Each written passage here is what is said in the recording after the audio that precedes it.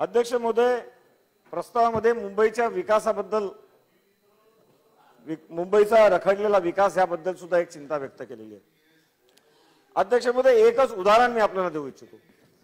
एखाद्या शहराचा विकासासाठीचा एक ड्राफ्ट प्लॅन असतो, डेव्हलपमेंट प्लॅन, की त्या डेव्हलपमेंट प्लॅनच्या आधारावर त्या मुंबईचा विकास करायचा असतो।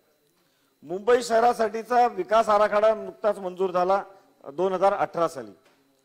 त्याचा मसुदा तयार झाला 2016 मध्ये, मे 2016 ला, आणि तो फायनल झाला मे 2018 ला।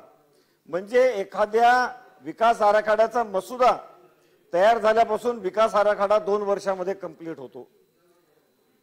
एवढं जलद काम हे तत्कालीन सरकारने केलं।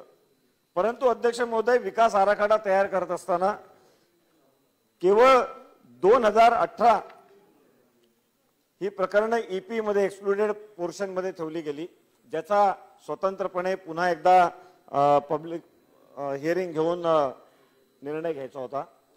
2 वर्षात मुंबईचा संपूर्ण विकास आराखडा तयार होऊन मंजूर होऊ शकतो, परंतु मागच्या 2.5 वर्षांमध्ये या 2000 प्रकरणांचा सुद्धा अजून निपटारा या सरकारला करता आलेला नाहीये।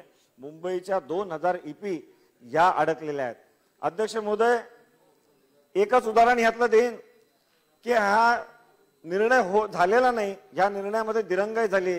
त्यामुळे माझ्या मतदारसंघातील पार्ले पश्चिमच्या वाल्मिकी नगर मधल्या नागरिकांना शेवटी उच्च न्यायालयामध्ये जावं लागलं, आणि माननीय उच्च न्यायालयाने सरकारला विचारलं की तुम्ही अद्याप हे काम का केलेलं नाहीत, आणि त्याचं ॲफिडेव्हिट ऑन ओथ हे सरकारला आता द्यावं लागणार आहे। ही नामुष्की ही पाहायला मिळते। त्याचं एकमेव कारण की मुंबईच्या विकासाकडे होत असलेलं या सरकारचं दुर्लक्ष।